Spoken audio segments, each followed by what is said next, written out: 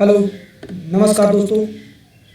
तो जैसा कि आपको पता है, आपके जो क्लासेस हैं यूपी पुलिस कंप्यूटर ऑपरेटर और सेल ओसीटीटी 2024 की जो वैकेंसी है, तो उसके लिए जो कंप्यूटर की क्लासेस आपकी कंटिन्यू चलाई जा रही हैं, उसी कड़ी में आज हम देखेंगे जो सेल है उसके जो सिलेबस है उसमें जो पीएचपी दिया गया है। तो कल की क्लास में मैंने आपको पीएचपी के क्वेश्चंस कुछ रखे थे आपके सामने, और जो रह गए थे क्वेश्चंस उनको आज की क्लास में हम कवर कर लेते हैं।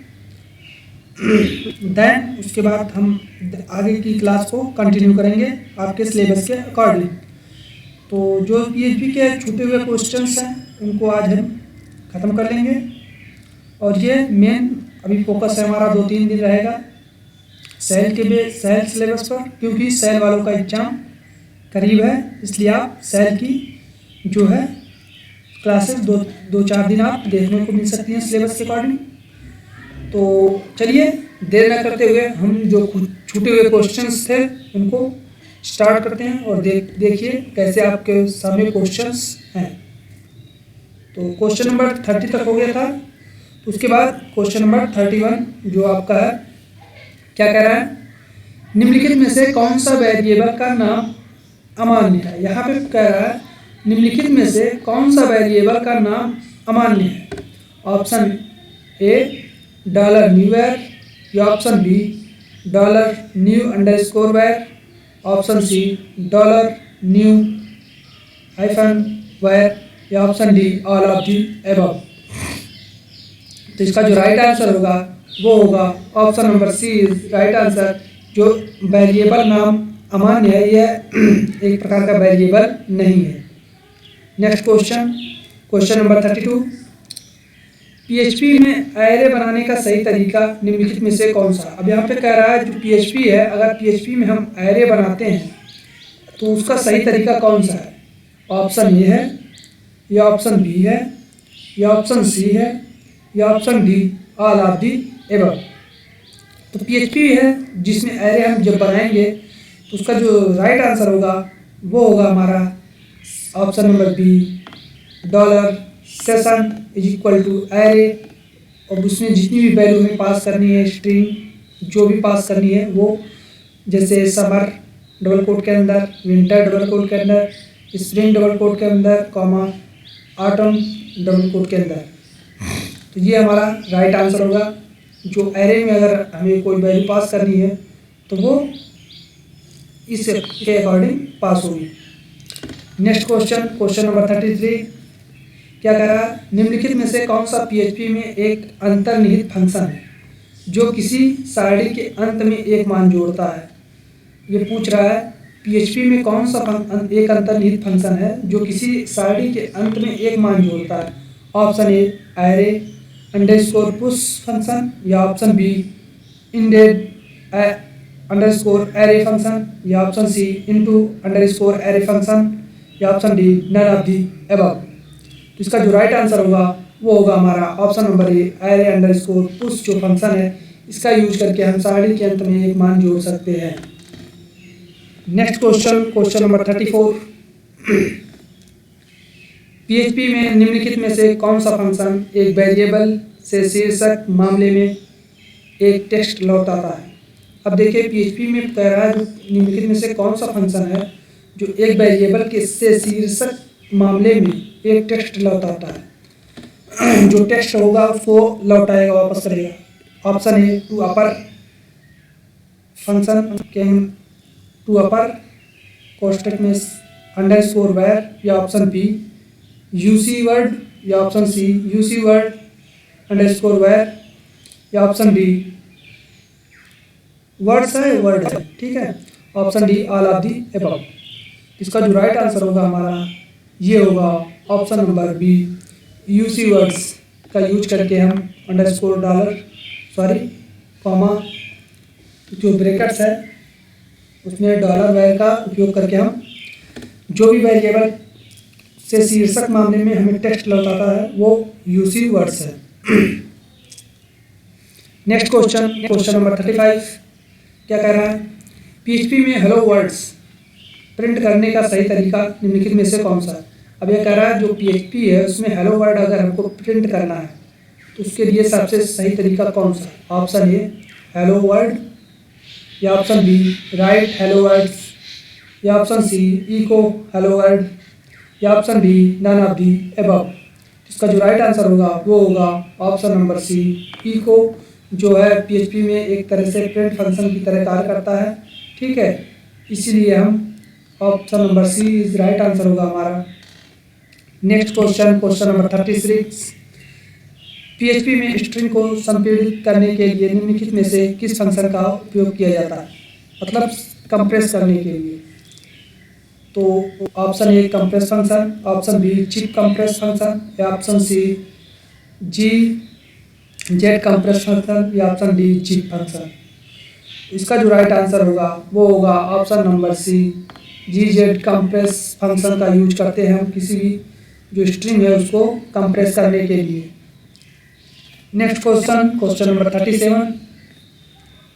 पीएचपी में एसपीएल का क्या अर्थ है? अब यहाँ पे कह रहा है जो पीएचपी है उसमें एसपीएल जो है उसका क्या अर्थ है? Option A standard PHP library, option B simple PHP library, option C simple PHP list, या option D none of the above. इसका जो राइट आंसर होगा वो होगा option number A standard PHP library. इसका राइट आंसर होगा SPL का। Next question, question number 38।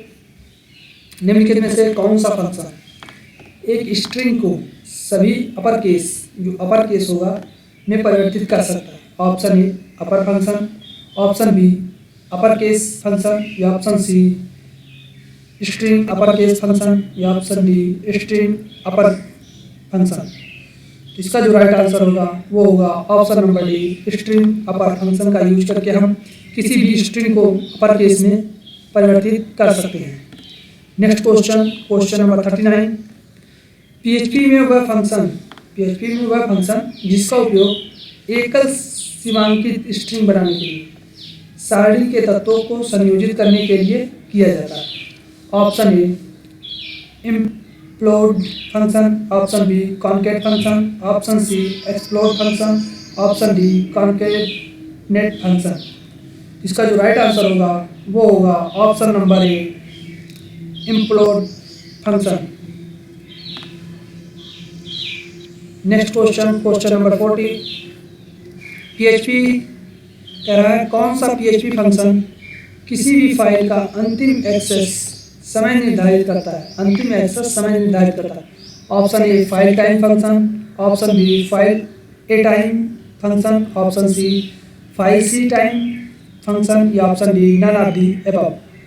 इसका जो राइट आंसर होगा वो होगा जो पीएचपी में फाइल को अंतिम एक्सेस समय निर्धारित करता है वह है option number B file A time function. Option number B हमारा राइट आंसर होगा। Next question, question number 41। कौन सा पीएचपी फंक्शन किसी फाइल से विशिष्ट संख्या में वर्णों को पढ़ने में सक्षम है?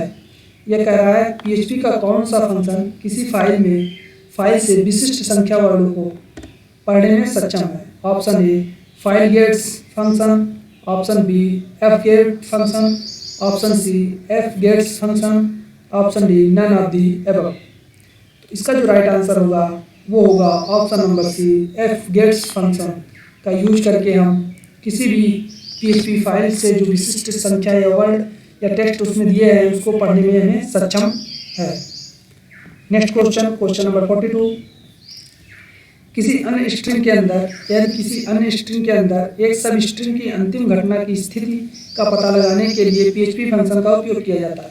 जैसे कोई स्ट्रिंग दी गई है उसके अंदर सब स्ट्रिंग है, ऐसी जो सब स्ट्रिंग की अंतिम घटना की स्थिति है उसको हम पता लगाना है तो किस पीएचपी फंक्शन का उपयोग हम करेंगे? Option A string ops function, option B string pause function, option C string TR function, या option D none of the above. इसका जो राइट आंसर होगा वो होगा स्ट्रिंग और पॉज फंक्शन के द्वारा हम जो है सब स्ट्रिंग को पता लगा सकते हैं, अंतिम घटना की स्थिति का पता लगा सकते हैं।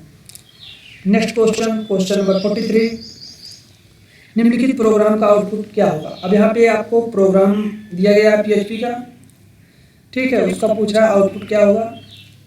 तो यहाँ पे जो PHP है वहाँ क्या प्रिंट कराया गया है, इको वेलकम, स्ट्रिंग के अंदर डॉट, फिर टू है, फिर डॉट है, फिर स्ट्रिंग द डॉट, स्ट्रिंग के अंदर javaTPoint.com, या आप जो भी लें, मैं javaTPoint.com लिया हूँ। तो यहाँ पे तो पूछ रहा है इसी का आउटपुट क्या होगा। अगर यहाँ पे डॉट लगा है तो इसका आउटपुट क्या होगा, पूरे का जो आउटपुट आएगा वो क्या होगा। Option A welcome to the javaTPoint.com होगा, या ऑप्शन बी इस तरह से लिखा है welcome comma two comma the comma javaTPoint.com होगा, या ऑप्शन सी एक ही में रहेगा वेलकम टू द javaTPoint.com, या ऑप्शन डी इधर। तो इसका जो राइट आंसर होगा वो होगा ऑप्शन नंबर सी, जो डॉट है ये कॉन्केट का फंक्शन का यूज किया गया है। यह स्ट्रिंग, दो स्ट्रिंग को आपस में जोड़ने का काम करता है, इसलिए आपका आंसर सी हमारा राइट आंसर होगा। Next question, question number 44। Same वही है प्रोग्राम, बस थोड़ा सा चेंज किया गया है आपका।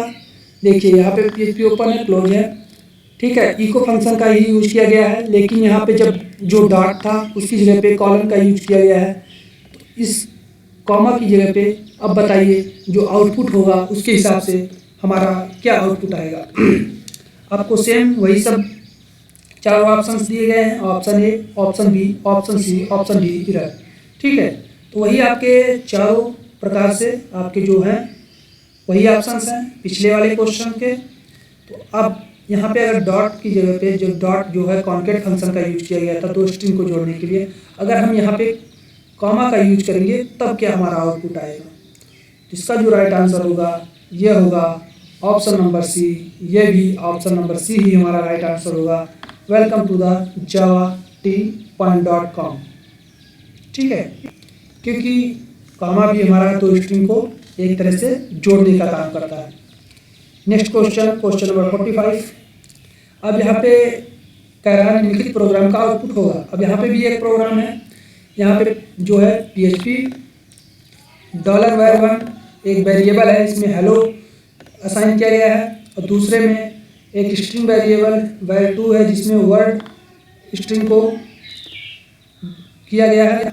अब इन दोनों को प्रिंट करा दिया गया है, इको $var1 या $var2 जो स्ट्रिंग है दोनों को प्रिंट करा दिया गया है बाई एक कॉमा के जरिए सेपरेट करके। तो इसका जो आउटपुट होगा वो क्या होगा। ऑप्शन ए हेलो वर्ड होगा एक ही में, या option B hello comma word होगा, या ऑप्शन सी हेलो वर्ड होगा, या option D none of the above होगा। तो इसका जो राइट आंसर होगा वो हमारा होगा ऑप्शन नंबर ए हेलो वर्ड, एक ही में रहेगा, क्योंकि यहाँ पे कॉमा से दोनों जो वेरिएबल्स हैं उनको आपस में ऐड किया गया है, कॉमा से सेपरेट किया गया है। तो ये है आपका दो स्ट्रिंग है, दोनों स्ट्रिंग को आपस में कनेक्ट कर देगा, मतलब जोड़ देगा। Next question, question number 46।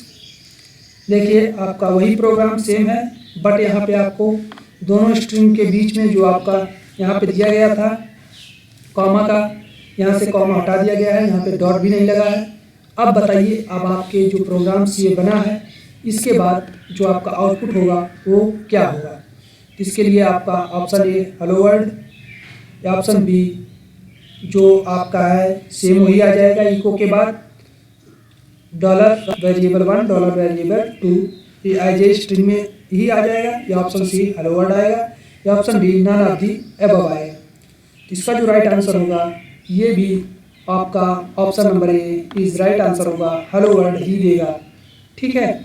आप वहाँ पे क्योंकि दो स्ट्रिंग है दोनों को एक साथ आप प्रिंट करा रहे हैं, ठीक है, तो यहाँ पे आप जोड़ नहीं रहे हैं, लेकिन आपने दो जो वेरिएबल्स हैं उनको एक साथ रख के प्रिंट कराया है, तो इसलिए जो आपका आउटपुट आएगा वो आएगा हेलो वर्ल्ड एक साथ आएगा। Next question, question number 47। यहाँ पे आपको जो प्रोग्राम दिया गया है PHP echo UC word comma welcome to the javaPoint.com जो स्ट्रिंग में दिया गया है, ठीक है। अब यहाँ पे जो हमने लिखा है वेलकम टू द javaPoint, अब इसका जो यूसी है वर्ड में इसका जो आउटपुट है वो किस प्रकार आएगा। Option number A welcome to the javaPoint.com आएगा, या option B welcome to the Java T point dot com आएगा, या option C welcome to the, देखिए यहाँ पे चेंज है कुछ, आप देखते रहिए। यहाँ पे टू का, यहाँ पे वो, यहाँ पे देखिए, यहाँ पे स्मॉल है, यहाँ पे कैपिटल है, यहाँ पे कैपिटल है, यहाँ पे कैपिटल है, द यहाँ पे कैपिटल है, जावा यहाँ पे कैपिटल है, टी पॉइंट। आप देखिए ध्यान से इन सबको देखिए, ये चारों एक ही जैसे ऑप्शन लग रहे हैं, लेकिन इसमें माइनर सी चेंजेस हैं। आप देखिए उसको ध्यान से, उसके बाद आउटपुट दीजिए। वेलकम देखिए to the Java T point dot com. अब इसके अकॉर्डिंग जो हमारा यूसी वर्ड के अकॉर्डिंग होगा वो होगा ऑप्शन नंबर सी, हमारा राइट आंसर होगा। अपर केस वर्ड्स में जब आएगा तो ये welcome to the Java T point dot com होगा, इसलिए ऑप्शन सी हमारा राइट आंसर होगा। Next question, question number 48। अब यहाँ पे देखिए वही प्रोग्राम्स है सेम, बस यहाँ पे वहाँ पे यूसी वर्ड्स था, यहाँ पे एलसी फर्स्ट है, ठीक है। इस फंक्शन का यूज किया गया है, इसके माध्यम से अब क्या हुआ आउटपुट हमारा वेलकम। देखिए आपके जो तीन ऑप्शंस हैं लगभग सेम ही दिए गए हैं, थोड़ा सा चेंज है, आप उसको देख लीजिए।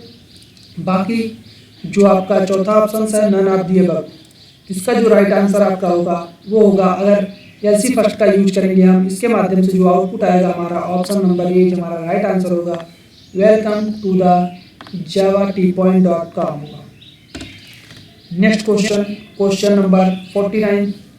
अब ये जो निम्नलिखित प्रोग्राम्स का आउटपुट है ये क्या है। अब यहाँ पे भी थोड़ा माइनर सा चेंज है। अब देखिए यहाँ पे मैंने अपना नाम ही लिख दिया, वहाँ पे जावा टी पॉइंट लिख दिया था, यहाँ पे मैंने अपने चैनल का नाम लिख दिया है अंकित मौर्य AK.com, ठीक है। तो यहाँ पे भी वही पूछ रहा है, जब अगर आप स्ट्रिंग tr का यूज करेंगे फंक्शन का, इसके माध्यम से अगर आप आउटपुट लेंगे तो हमारा आउटपुट क्या आएगा। तो option A welcome to the Ankit Maurya AK.com, या option B welcome to Ankit Maurya AK.com। अब यहाँ देखिए कुछ चेंजेस हैं, आपको दिख रहे होंगे। यहाँ पे वेलकम का स्पेलिंग देखिए यहाँ पे, और यहाँ पे वेलकम का, ठीक है। तो इसका इस हिसाब से जो आउटपुट आएगा ये आएगा option number A is right answer होगा हमारा, welcome to the Ankit Maurya AK.com, ठीक है। नेक्स्ट क्वेश्चन, क्वेश्चन नंबर 50 क्या कह रहा है। अब देखिए यहाँ पे एक प्रोग्राम भी दिया गया है आपको, ठीक है। यहाँ पे डॉलर वेरिएबल, एक ही वेरिएबल में आपको जो स्ट्रिंग है वो प्रोवाइड की गई है, ठीक है, हेलो वर्ड्स। बस ई को यहाँ पे स्ट्रिंग रिवर्स करके जो वेरिएबल प्रिंट कराया गया है उसकी वैल्यू क्या आएगी। तो इसका जो राइट आंसर होगा वो होगा ऑप्शन नंबर ए हेलो वर्ड। यहाँ पे रिवर्स किया गया है, ठीक है, इसलिए इसका जो आउटपुट होगा ये भी हमारा रिवर्स में ही आएगा। नेक्स्ट क्वेश्चन, क्वेश्चन नंबर 51 क्या कह रहा है। PHP में दो सारणियों के बीच अंतर की गणना करने के लिए निम्नलिखित में से किस फंक्शन का उपयोग किया जाता है। अब यहाँ पे कह रहा है दो सारणी अगर दी गई है उनके बीच अगर कोई अंतर है उसकी गणना करने के लिए हम किस फंक्शन का यूज करेंगे। Option A diff underscore array function, या option B array underscore diff function, या option C arrays underscore diff function, या option D diff underscore arrays function. इसका जो राइट आंसर होगा वो होगा option number B arrays underscore diff जो function है उसका यूज करके हम दो सारणी अगर दी गई है मैट्रिक्स उनके बीच जो गणना करनी है वो हम अंतर की गणना इस फंक्शन के माध्यम से कर सकते हैं। नेक्स्ट क्वेश्चन, क्वेश्चन नंबर 52 कौन सा फंक्शन अंग्रेजी टेक्स्ट डेटा टाइप, जो अंग्रेजी टेक्स्ट है उसके डेटा टाइप को यूनिक्स टाइम स्टैम्प में परिवर्तित करता है। ऑप्शन ए, या ऑप्शन बी, या ऑप्शन सी, या ऑप्शन डी। तो इसका जो राइट आंसर होगा वो होगा option number C right answer. String to time function का यूज करके हम जो है अंग्रेजी टेक्स्ट डेटा टाइप को यूनिक्स टाइम स्टैम्प्स में परिवर्तित कर सकते हैं। Next question, question number 53 PHP में निम्नलिखित में से कौन सा फंक्शन किसी विशेष दिन और स्थान के सूर्योदय का समय लौटाता है। मतलब यहाँ पे पूछ लिया गया है कौन सा फंक्शन जो है वह किसी विशेष दिन और स्थान, मतलब विशेष एक कोई भी आप यूनिक डेज या स्पेस का जो सूर्योदय का समय है, सनराइज, उसको बता सकता है। Option A date underscore sunrise function, option B date hyphen sunrise function, या ऑप्शन सी सनराइज फंक्शन, या option D none of the above. तो इसका जो राइट आंसर होगा वो होगा ऑप्शन नंबर ए हमारा राइट आंसर होगा। डेट अंडरस्कोर सनराइज फंक्शन के माध्यम से हम ये कर सकते हैं। तो ये रहे आज के क्लास के आपके टोटल 23 क्वेश्चंस। कल की क्लास के आपके 30 क्वेश्चंस थे। टोटल आपके 53 क्वेश्चंस कंप्लीट होते हैं। तो पीएचपी के अब आपको अगर पीएचपी में कोई भी डाउट होगा या कोई भी क्वेरी है, आप उसको कमेंट करिएगा तो आपके कमेंट का जवाब दिया जाएगा। बाकी मुझे नहीं लगता है कि पीएचपी से इससे बाहर कोई क्वेश्चन आपका बन सकता है और आपकी क्लास में आएगा। बस थोड़ा सा जो आपको ये प्रोग्राम्स दिखाए गए हैं इनमें थोड़ा सा चेंजेस रहेगा, ठीक है, क्योंकि इसमें हमने फॉर लूप का while, do while, break, continue, switch statement का यूज करके आपको नहीं दिखाया है। तो वो आप लगभग उसके क्वेश्चंस आते हैं, तो थोड़ा सा उसको आप देख लीजिएगा एक बार, क्योंकि उसका प्रोग्राम अगर मैं यहाँ पे आपको लिख के दिखाता तो ये प्रोग्राम बहुत लंबा हो जाता, तो उसको 2 स्लाइड में एडजस्ट कर पाना थोड़ा मुश्किल था, इसलिए हमने उसको लिया नहीं, क्योंकि वो प्रोग्राम बहुत बड़ा बन रहा था। तो कोई दिक्कत नहीं, उसको आप एक बार चेक कर लीजिएगा अपने हिसाब से। बाकी अगर कोई डाउट अगर हो इसके बाद तो आप मुझे कमेंट करके बता दीजिए। तो आज की क्लास के लिए फ़िलहाल इतना ही रखते हैं, मिलते हैं आपसे नेक्स्ट क्लास में। और हाँ, हमारे इस चैनल को आप लाइक करिए, शेयर करिए, सब्सक्राइब करिए, और ज़रूरी हो तो आप हमारे इंस्टाग्राम, व्हाट्सएप चैनल और फेसबुक अकाउंट को भी लाइक करें, सब्सक्राइब करें और फॉलो करें। धन्यवाद।